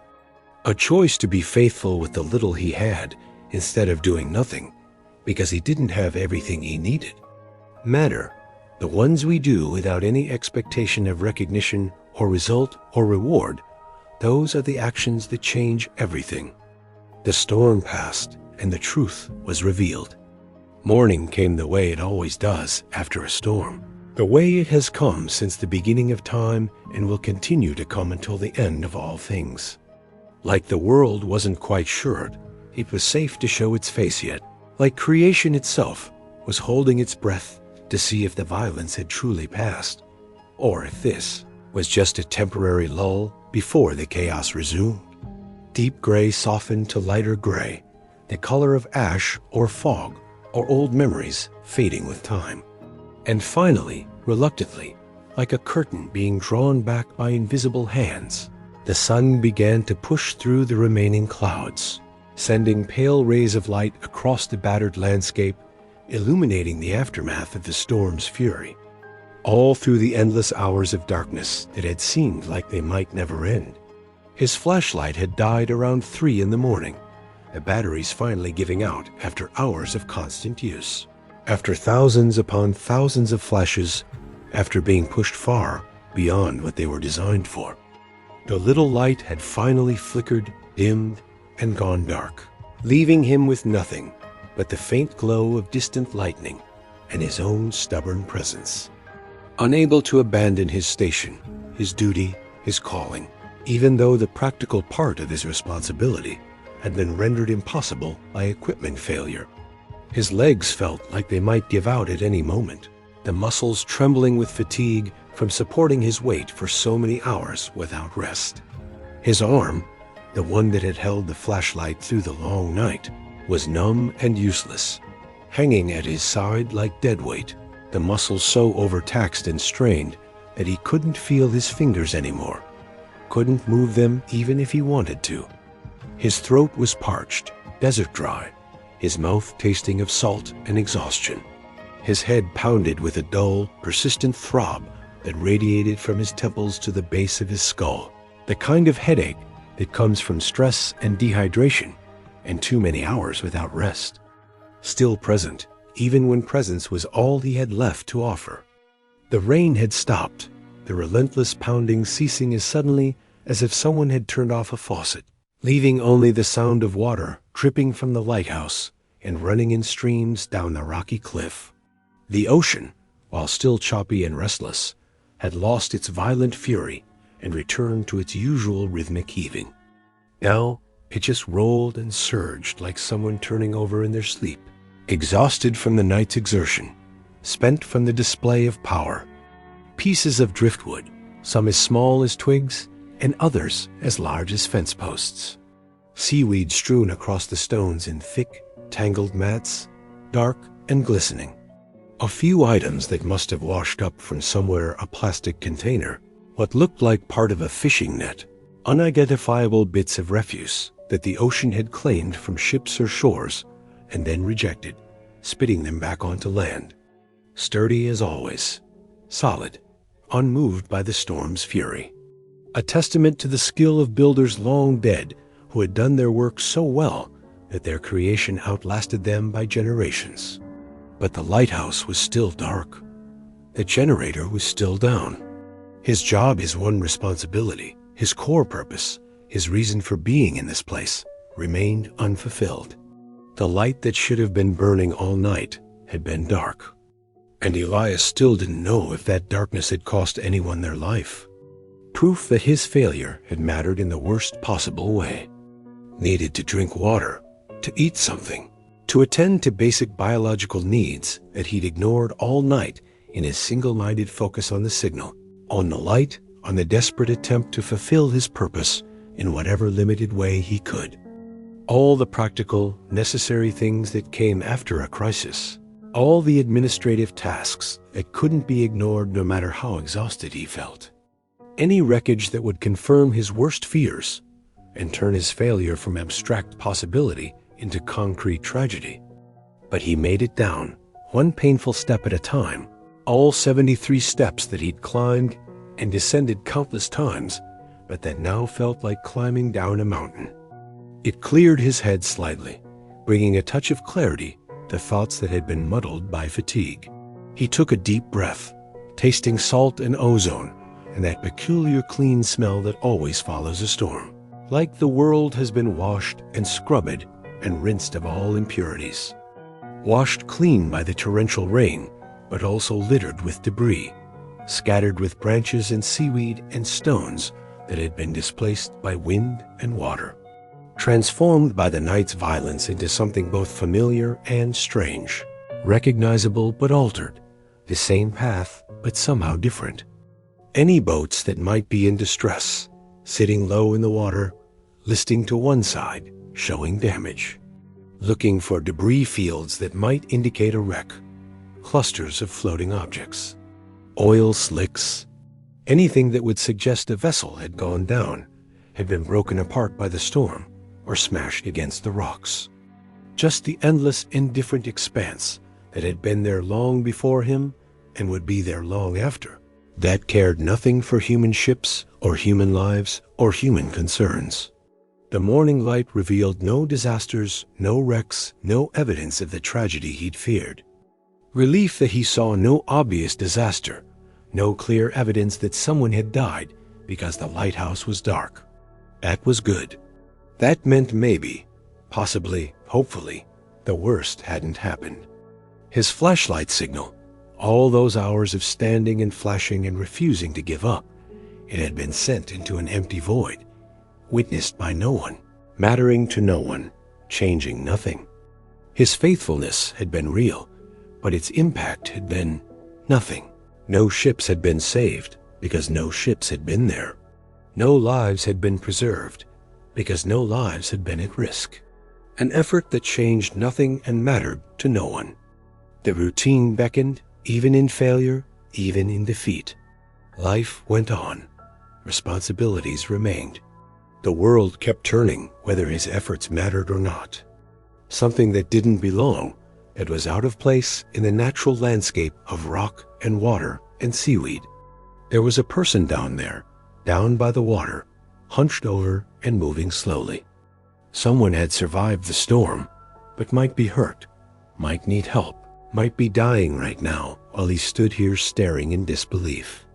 His lungs burned as he sucked in great gasps of cold air. His vision swam with fatigue and sudden exertion, the world tilting and blurring around him. Places where the rain had washed out sections of the trail entirely, leaving gaps that had to be jumped or carefully navigated. But Elias moved through it all with the sure-footedness of someone who'd walked this path hundreds of times, whose body knew the way, even when his conscious mind was too exhausted to direct it. And there, about 30 feet away, hunched over and visibly shivering, despite being wrapped in what looked like the torn remains of an orange life vest, was a man. "Are you hurt?" The man's eyes were wide with exhaustion and relief, and something else, something that looked like gratitude mixed with disbelief, like he couldn't quite believe he was still alive, like he'd accepted death and was now confronting the impossible reality of survival. "You're the lighthouse keeper? Are there others who need help?" So wrong. Water just started pouring in. The man's voice cracked with emotion, with the trauma of what he'd experienced, with the terror that was only now beginning to process, now that the immediate danger had passed. His hands were shaking, trembling violently, whether from cold or shock or both. The very rocks that the lighthouse was supposed to warn sailors away from. The rocks that the beacon was designed to illuminate, to mark, to say with its rotating light, "Stay away. Danger here. Death waits beneath the surface." Time got strange out there. I lost track. Everything blurred together. The fear, the waves, the darkness. It all became one long nightmare that I thought would never end. The man wrapped his arms around himself, trying to stop the shivering, trying to preserve what little body heat he had left. I managed to get into my life raft, smallest piece of luck in the whole disaster. Had just enough time to grab it and inflate it before the boat went down. Watched it sink. Watched my livelihood, my income, everything I'd worked for, just disappear beneath the waves. "The lighthouse," Elias started, his throat tight with guilt and shame and the crushing weight of responsibility. It wasn't working. The generator failed. There was no light. The main beacon was dark all night. "You should have." He couldn't finish the sentence, couldn't bring himself to say out loud what they both knew. "You should have hit the rocks. You should have died." "What do you mean, no light?" "I saw the light. That's what saved me." "Saw the light?" "Couldn't see anything. No stars through the clouds, no moon behind the storm, no lights from the shore. Just black water and blacker sky blending together into one infinite void. I had no idea where I was. No idea which direction was the shore, which direction were the rocks, which direction was safety. No compass, no GPS, those went down with the boat. Nothing but the raft and the darkness in me. Thought I was going to die out there. Either drown when the raft eventually failed, or get smashed against the rocks in the dark without ever seeing them coming. Death was coming. I was certain of it. It was just a question of how and when, not if. Morse code, SOS. But I knew what it meant in that context, what you were trying to tell me. Danger. Warning. Stay away. The lighthouse is here even if it's not functioning normally. Keep your distance. His mind was trying to process what he was hearing, but it felt impossible, unreal, like a dream or hallucination brought on by extreme exhaustion. And more importantly, I could figure out where safety was by process of elimination. If the rocks were there, in the direction of the flashing light, then safety had to be in the opposite direction. Moved away from the flashing light, away from the rocks it was warning me about. toward what I hoped was the shore at a safe distance from the dangerous outcropping. But I managed to scramble onto the shore before it completely fell apart. Spent the rest of the night huddled in a crevice over there. He pointed to a depression in the cliff face, waiting for the storm to pass and the sun to come up. Couldn't sleep.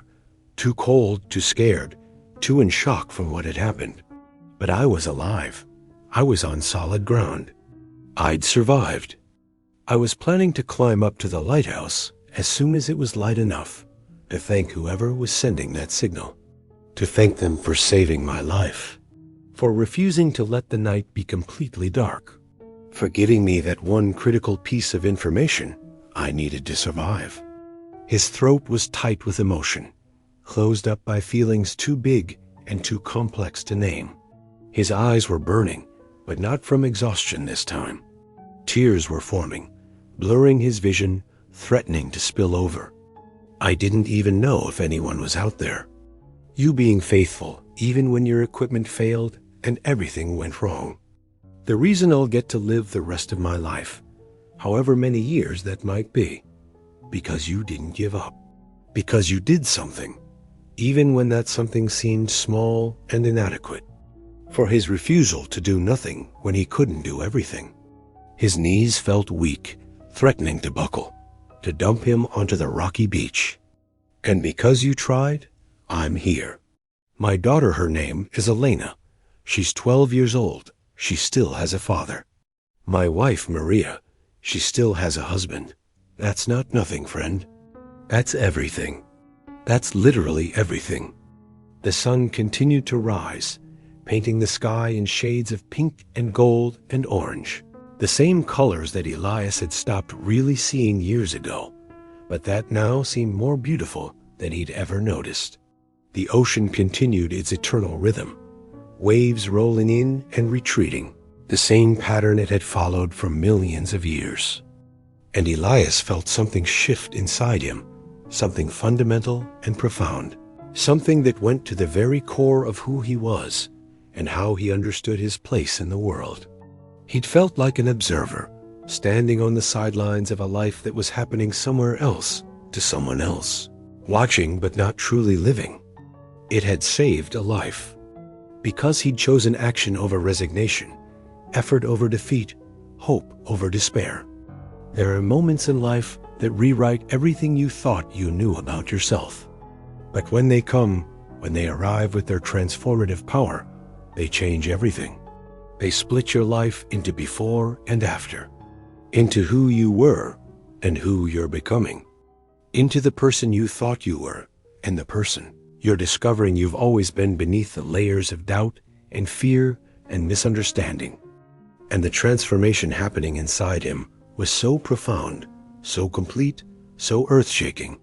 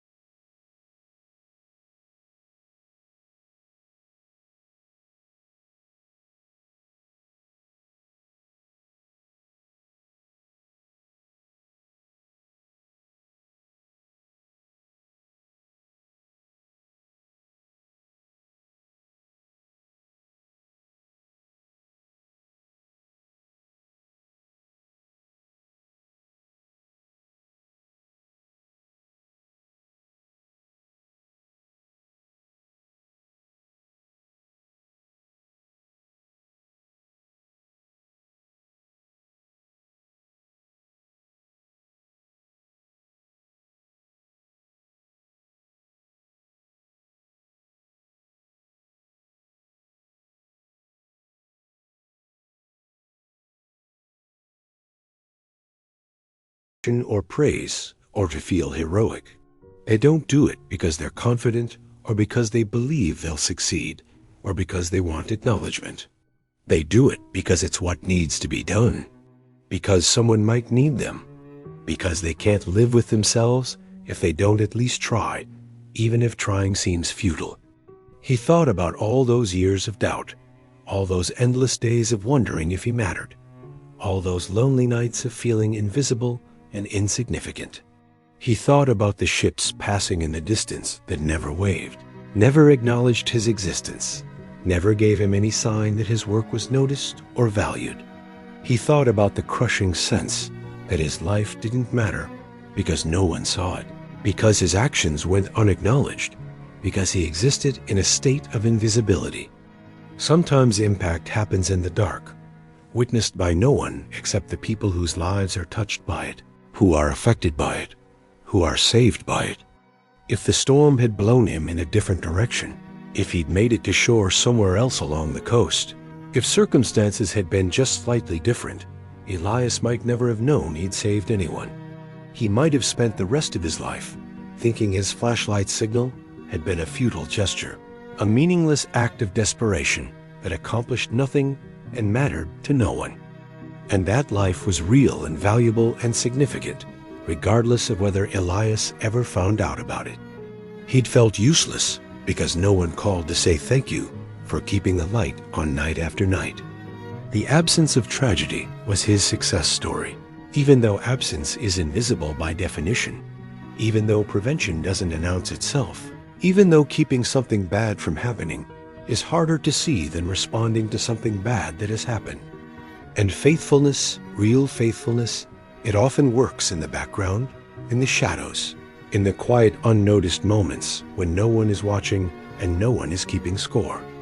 Saw the wedding ring on his finger, a simple gold band that represented promises made and kept, a wife waiting at home, a partnership that would have been destroyed last night if things had gone differently. She's 12 years old, smart as a whip, curious about everything, asks more questions than I can answer. She wants to be a marine biologist, wants to study the ocean, wants to understand how it all works. He reached carefully into his pocket, moving slowly, and pulled out his wallet. Soggy but intact, water damaged but still functional. He opened it carefully and extracted a photograph, handling it like it was made of glass, like it might dissolve if he wasn't gentle enough. A young girl with dark hair and a bright, intelligent smile, standing on a dock with the ocean behind her, one hand shading her eyes from the sun, the other pointing at something off camera, her whole posture showing curiosity and joy and life. Still having it. Won't tell her about the terror or the cold or the absolute certainty I had that I was going to die, but I'll know. And I'll be a better father for it. I'll treasure every moment with her, every ordinary day, every dinner conversation, every time she asks me one of her endless questions about how the world works. Because you gave me those moments back. You gave me my future. You gave me the chance to keep being her dad. This was about a real little girl who still had her father because a lighthouse keeper had refused to give up, had stood at a window with a flashlight and sent a signal into the storm, even when it seemed futile. All because of a small light and a stubborn refusal to do nothing. That identity, that self-concept that had defined him for so long, that had become his default way of understanding himself and his place in the world. It was dissolving, breaking apart, being replaced by something else entirely. Someone whose presence, whose willingness to show up and stay at his post and refuse to abandon his responsibility, even when all the systems failed, that created a foundation of safety that others could rely on whether they knew it or not. The impact was real regardless. I'm going to tell my daughter, my wife, everyone who'll listen. I'm going to tell them about the lighthouse keeper who saved my life with a flashlight when all his equipment failed, who was faithful even when everything went wrong, who showed up even when it seemed hopeless, who refused to let the darkness win. Sometimes all you need is to refuse to give up, to use what you have instead of doing nothing, to be there when you're needed, even if you don't know you're needed. Chose to be a light in the darkness, even when that light seemed small and inadequate. Within minutes, exhaustion claimed the fisherman completely, and he was asleep, his breathing deep and regular, the sleep of someone who'd survived something terrible, someone who'd been given a second chance, someone who was profoundly, impossibly grateful to still be alive. Ever imagined. Then he turned and walked back to the window, the same window where he'd stood all night, where he'd held that flashlight until his arm screamed and the batteries died, where he'd made the choice that had saved a life without knowing it. That person had been an observer, feeling invisible and insignificant, wondering if anything he did mattered. That person was gone, replaced by someone who knew, not believed, not hoped, but knew with absolute certainty that faithfulness matters even when it's invisible, that small actions can have enormous consequences, that you don't need to see results to trust they exist. And the world needed guardians, needed people who would keep their lights burning faithfully, whether anyone noticed or not, whether anyone thanked them or not, whether the impact was visible or invisible. Now, you might be thinking as you hear this story about Elias and Marcus, about the lighthouse keeper and the fisherman, about the failed generator and the small flashlight that somehow saved a life.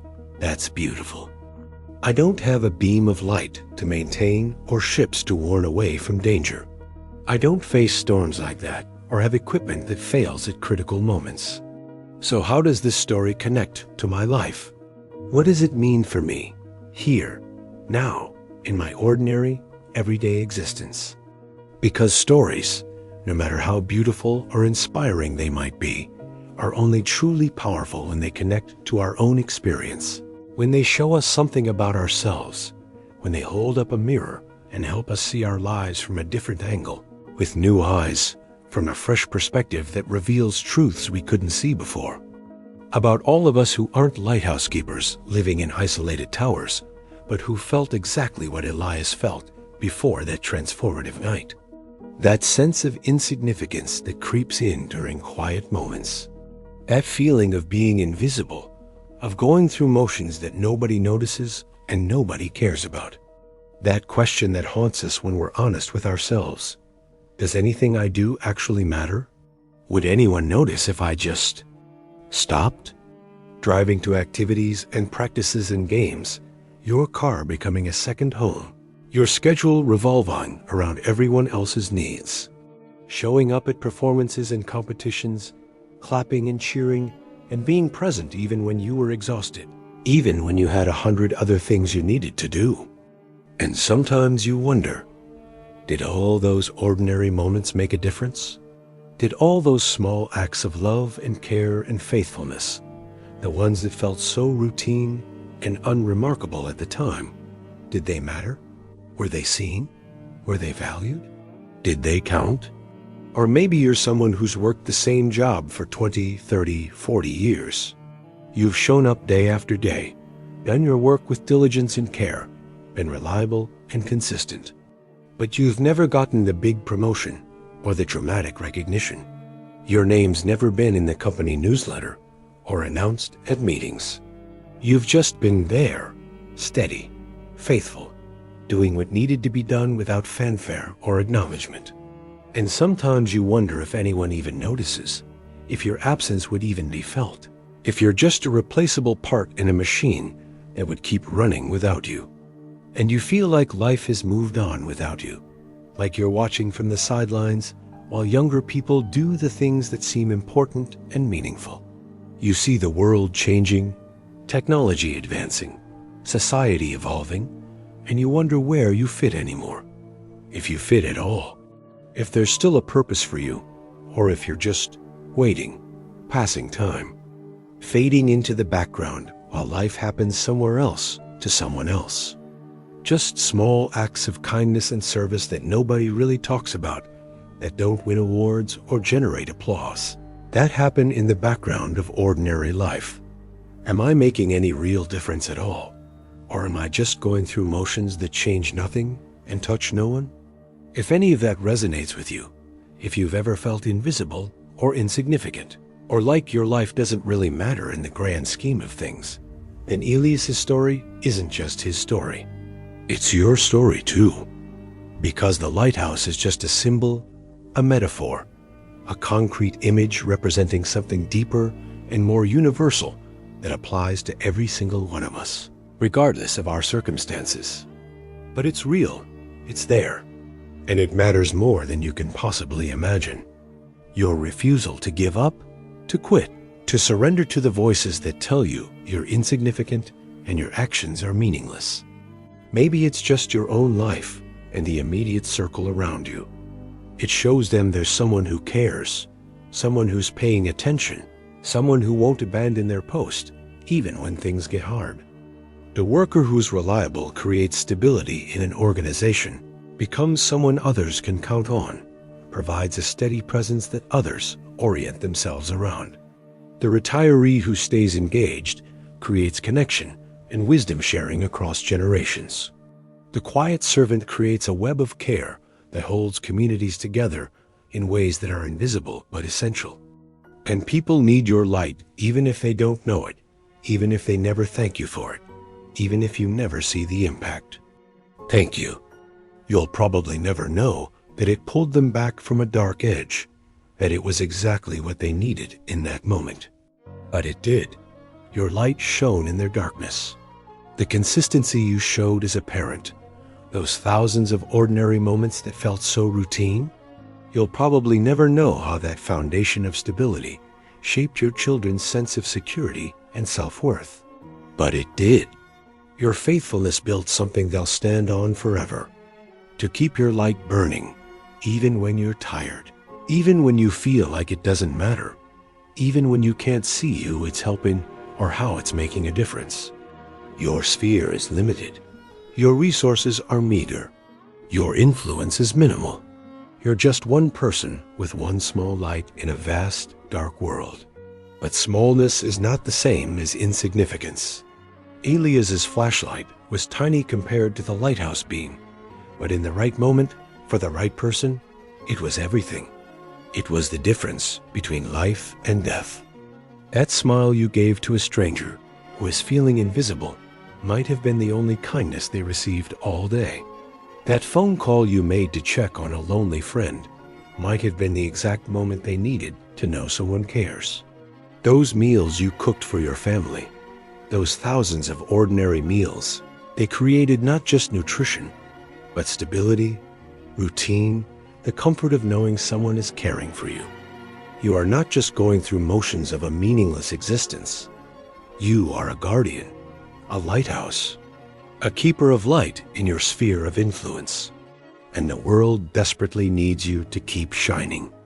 You're connected to others in ways you can't fully comprehend.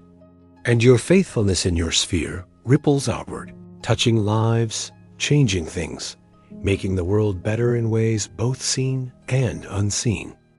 These stories show us that it's possible to transform our perspective from invisible observers to faithful guardians, as long as we recognize that our small lights matter.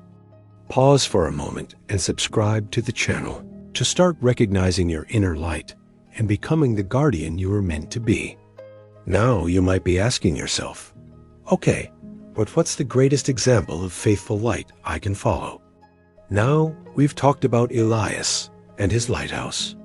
Something deeper, something that completes this entire story and gives it its fullest meaning, its deepest resonance, its ultimate purpose. Because as inspiring as Elias's faithfulness was, as beautiful as his transformation from observer to guardian might be, as powerful as the truth that our small lights matter, Elias himself isn't the ultimate example. He isn't the greatest lighthouse keeper.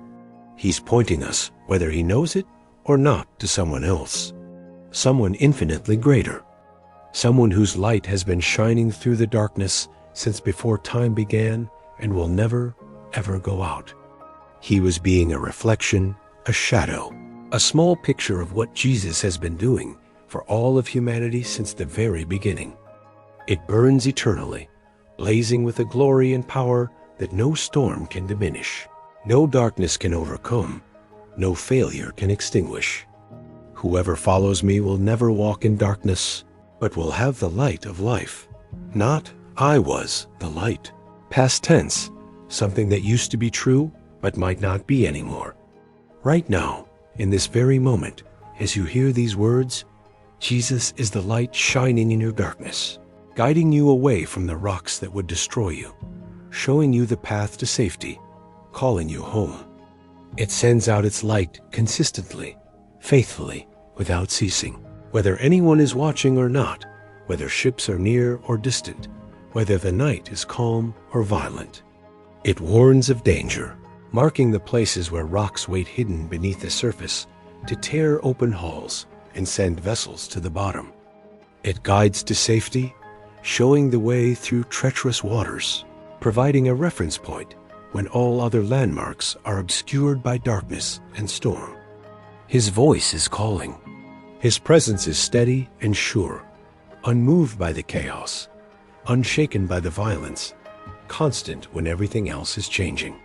He experienced our pain, our fear, our struggles, our temptations, our grief, our loneliness, our betrayal, our death itself. And in that darkness, Jesus cried out, feeling the weight of separation from the Father, the agony of abandonment, the crushing burden of every sin, every failure, every broken thing in all of human history past, present, and future. He knows what it's like to be faithful, even when everything is falling apart and all the systems are failing, and it feels like God himself has turned away. He defeated death itself, not just postponing it or escaping it, but actually conquering it, breaking its power, proving that no darkness is strong enough to extinguish his light. No storm is fierce enough to shake his foundation. No failure is final enough to end his faithfulness. He's calling you home, calling you to safety, calling you out of whatever storm you're facing and into his presence, his peace, his love that never fails and never ends. Maybe you've made mistakes that tore holes in your life, and you're taking on water faster than you can bail it out. Maybe you're exhausted from trying to survive on your own strength, and you're not sure how much longer you can hold on. And he's sending his light into your storm right now, saying, "This way, come to me. I'll guide you to safety. I'll never leave you. I'll never abandon you. My light will never go out. Trust me, follow me. Let me be your lighthouse." Like your life doesn't matter, like you're just going through motions and nobody cares. Like you're faithfully showing up day after day, but wondering if it counts for anything. You've been serving, working, loving, trying, but you're tired. You're questioning whether any of it makes a difference. You're tempted to give up, because what's the point if no one even notices? Jesus sees you too. He sees every moment of your faithfulness, every small act of love that felt insignificant, every quiet sacrifice that no one acknowledged, every time you showed up when you didn't feel like it, every time you chose to keep going when you wanted to quit. None of it is invisible to him. None of it is insignificant. He sees it all, values it all, treasures it all, and he's saying, "Well done. Your faithfulness matters. Your light is needed. Keep shining. I'm shining with you. My light empowers your light. You're not doing this alone." And he wants a relationship with you, not a formal, distant, religious relationship, but a real, personal, intimate connection where he's your lighthouse, your guide, your guardian, your hope, your everything. Like talking to someone who loves you more than you can imagine, who knows you completely and accepts you unconditionally, who's been waiting for you to turn to him, to reach out, to let him be what you need him to be. Please be my lighthouse. Help me trust that you're there, that you see me, that you care about what happens to me. Show me the way home. Show me how to live.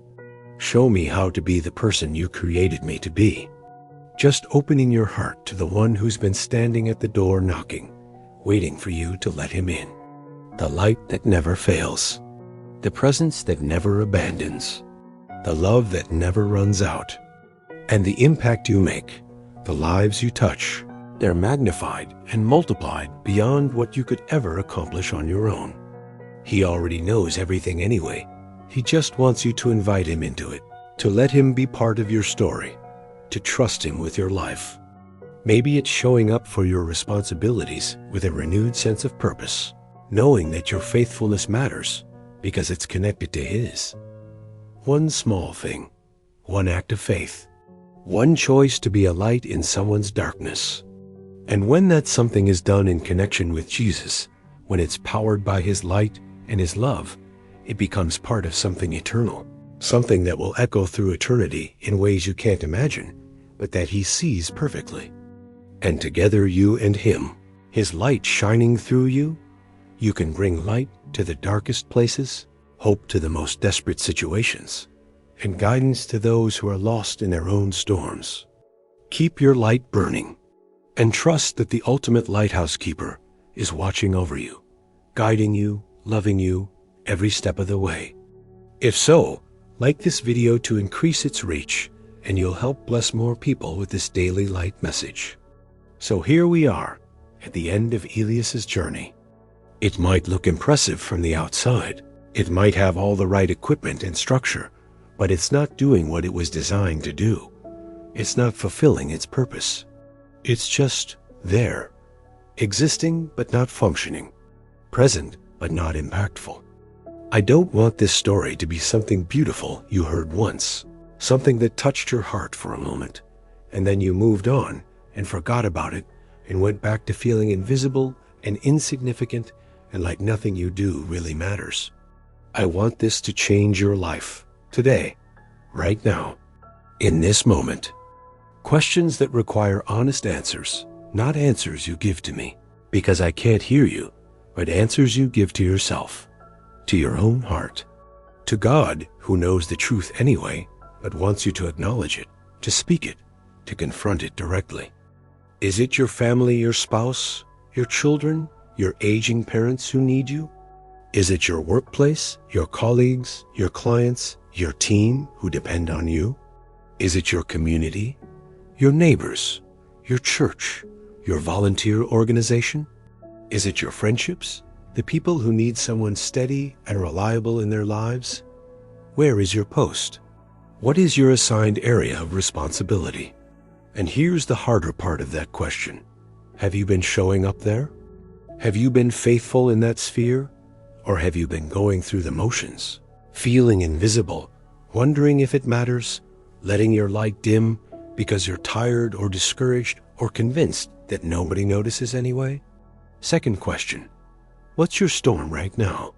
What's the crisis, the challenge, the dark night that's making you feel helpless and overwhelmed? What's the situation where you're tempted to give up, to say, I can't do anything about this. There's nothing I can do, so I won't do anything at all. What's the generator failure in your life? The thing that was supposed to work, but doesn't. The resource you counted on that's no longer available. The plan that fell apart. The system that broke down. Name it. Be honest about it. Stop pretending it's not there or that it's not affecting you. What is the thing that's making you feel powerless right now? And here's the really important question. What's your flashlight? What small thing do you have available right now, in this moment, that you could use instead of doing nothing? What small act of faithfulness is within your reach, even if it seems inadequate, even if it seems unlikely to make a real difference, even if it feels foolish or futile? Because I guarantee you have something. You might not have everything you wish you had. You might not have all the resources, or all the answers, or all the strength you think you need. But you have something. Maybe it's a phone call you could make. Maybe it's a kind word you could speak. Maybe it's a small sacrifice you could offer. Maybe it's just showing up when you'd rather hide, trying when you'd rather quit, choosing hope when despair seems easier. What is the small thing you could do today, right now? That would be choosing action over resignation, faithfulness over defeat. Third question, and this one might be the most important. Who is your Marcus? Who's the person whose life might depend on your faithfulness, even though you don't know it yet?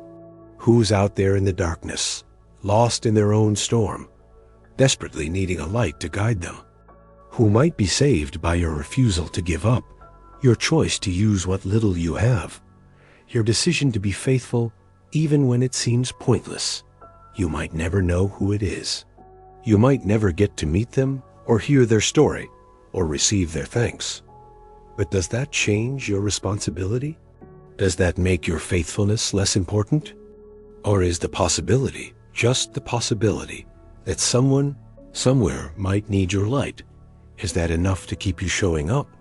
Keep you being faithful? Keep you refusing to let the darkness win? Here's what I want you to do. Not tomorrow. Not next week. Not when you feel more ready or more capable or more inspired. Right now. Today. In the next 24 hours. One person you can reach out to. One responsibility you can show up for with renewed purpose. One moment where you can choose action over resignation, effort over defeat, light over darkness. Just reach out. Instead of just going through the motions, choosing to do your job as if it matters, because it does, because someone depends on what you do, because your faithfulness creates stability in ways you might never see. Be the answer to someone else's prayer, remembering that you're not invisible. You're not insignificant. You're not just an observer in life. You're a guardian, a lighthouse, a keeper of light in your sphere of influence, however large or small that sphere might be. You're connected to an infinite source of light and love and power that will never run out, never fail, never abandon you. Are you ready to believe, really believe,